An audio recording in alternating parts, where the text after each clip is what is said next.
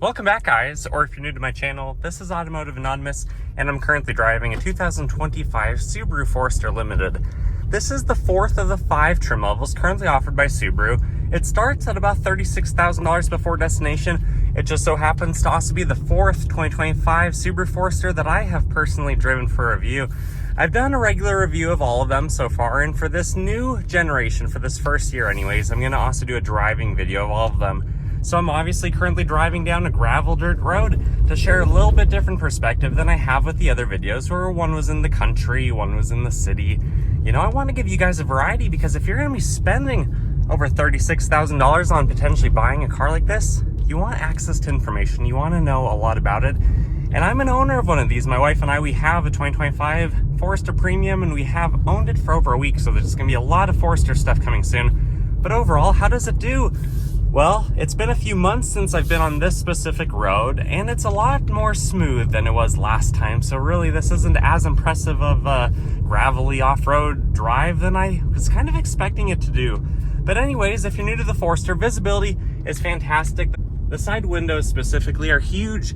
You have so much visibility, and that's with the power moonroof closed. If I open that up, just notice how much more natural light is in this. It really feels like a fishbowl or a greenhouse, so maybe get the front windows tinted to match the rear or whatever's legal in your state.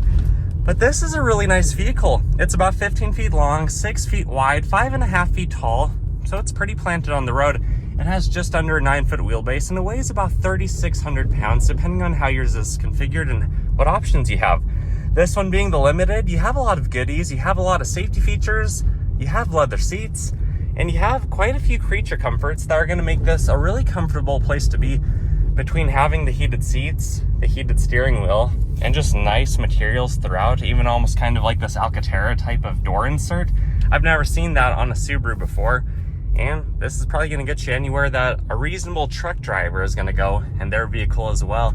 Having only around a 20-degree approach angle, it's not fantastic. It's not like a Jeep Wrangler where you can climb up sidewalks, or you can climb up logs and go over anything that's in your path. But this is the Forester. You're supposed to drive it out in the forest or something resembling what I'm driving it on today.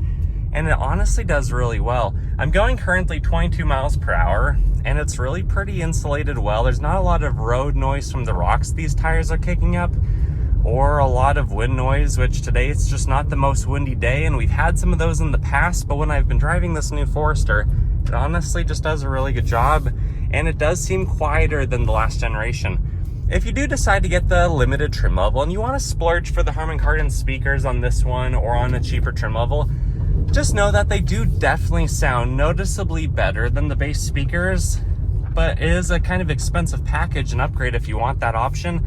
You could always go aftermarket speakers too. I can't show you guys on camera what that sounds like for a variety of reasons, but the most important is when my camera picks up for audio quality and then plays through your speakers will not be an accurate representation of what these speakers actually sound like in person. Just know they sound a lot more deep and have more depth and just overall volume than what the basic ones have.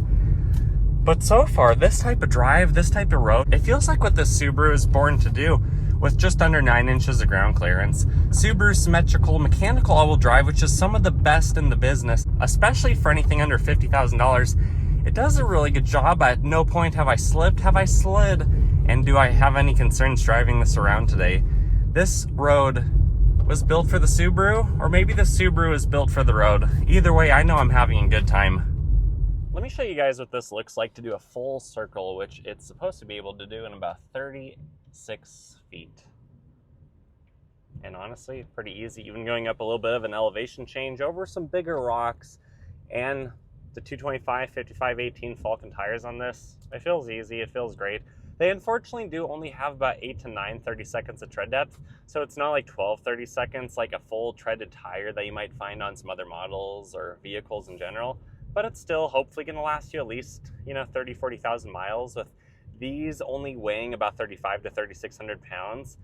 But the thing that I really like about Subaru, and the reason why I have owned 3 now, a Crosstrek and then the Outback Wilderness, and now we also have the 25 Forester, is they get you anywhere, reasonably anyways. You don't need a 10 mpg truck that you hardly use, you never tow with it, you never use the bed.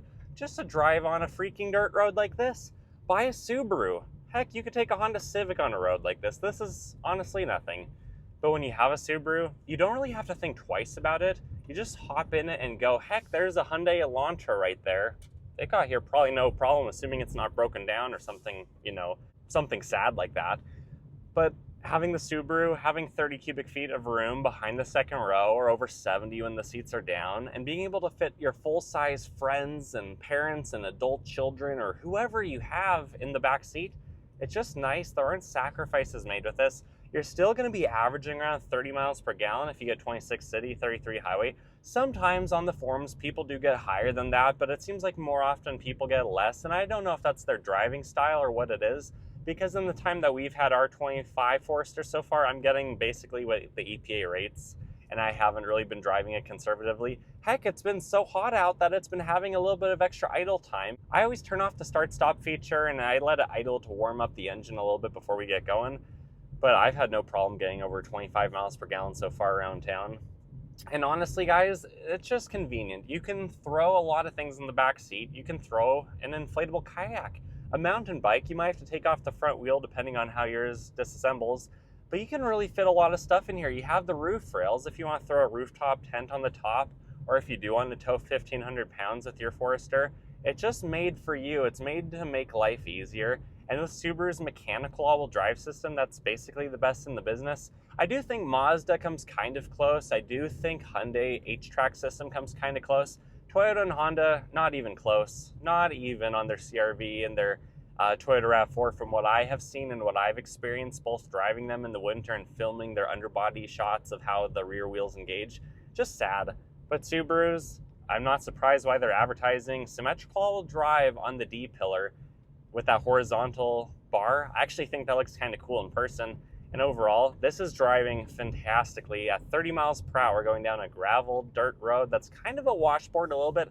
It really absorbs a lot of the bumps and the ruts in the road. Having an 8.7 inches of ground clearance and several inches of sidewall on each side of the tire around that 18-inch wheel, you know, this is easy. I feel like you could almost go 50 miles an hour down this road, but then you run into the problem, just like in the winter, of all-wheel drive doesn't help you with stopping.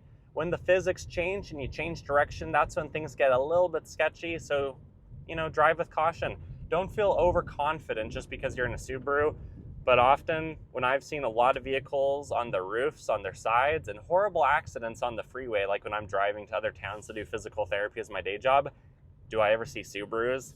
Honestly, I'm sure I have, but none of them come to mind compared to everything else I've seen.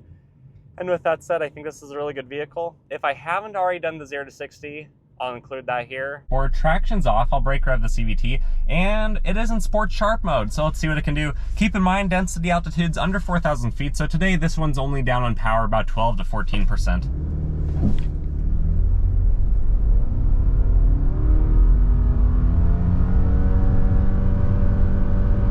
CVT's holding like it should, and it did feel just a tiny bit punchier down low. But the true 0 to 60 on that one came in at 9.52. But otherwise, I wish you guys the best. I hope you take care, and until next time. Oh, and don't forget, like this video, comment your thoughts and opinions, subscribe if you want to watch more. This is just more of an impromptu video. It's just a bonus video. If anyone cares, if anyone's considering the limited trim level or another Forester for 2025, I'm sure you want to know as much information as you can. So this is just kind of in the moment thoughts and opinions about the driving experience, and it's not as thought out or prepared as a regular review.